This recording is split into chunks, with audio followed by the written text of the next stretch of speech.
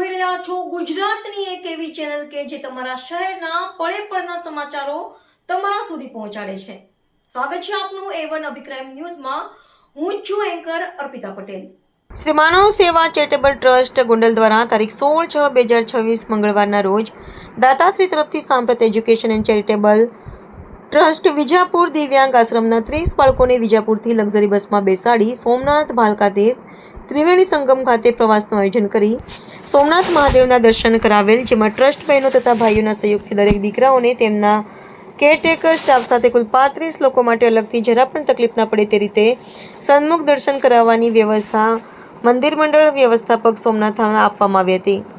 આ કાર્યમાં પ્રમુખ શ્રી બંટીભાઈ બુવા તેમજ મંડળના ટ્રસ્ટી શ્રીઓ ચેન્દ્રસિંહ ડાબી સાહેબ, નંદાભાઈ બેસાણિયા ગેરેજવાળા, રવિભાઈ પરસાણા, ચંદ્રકાંતભાઈ આસલપરા, કૈલાસબા પરમાર, જાગૃતિબેન માલવિયા, એકતાબેન દોરજીયા, વિલાસબેન ડોબરિયા વગેરે સભ્યોએ જહેમત ઉઠાવી હતી અને વિશેષ જરૂરિયાતો ધરાવતી બાળકીઓ સદા આનંદ અને ઉલ્લાસમાં રહે તેમજ હસતી રમતી રહે તે માટે યથાયોગ્ય દ્રષ્ટાંત પૂરું પાડ્યું હતું।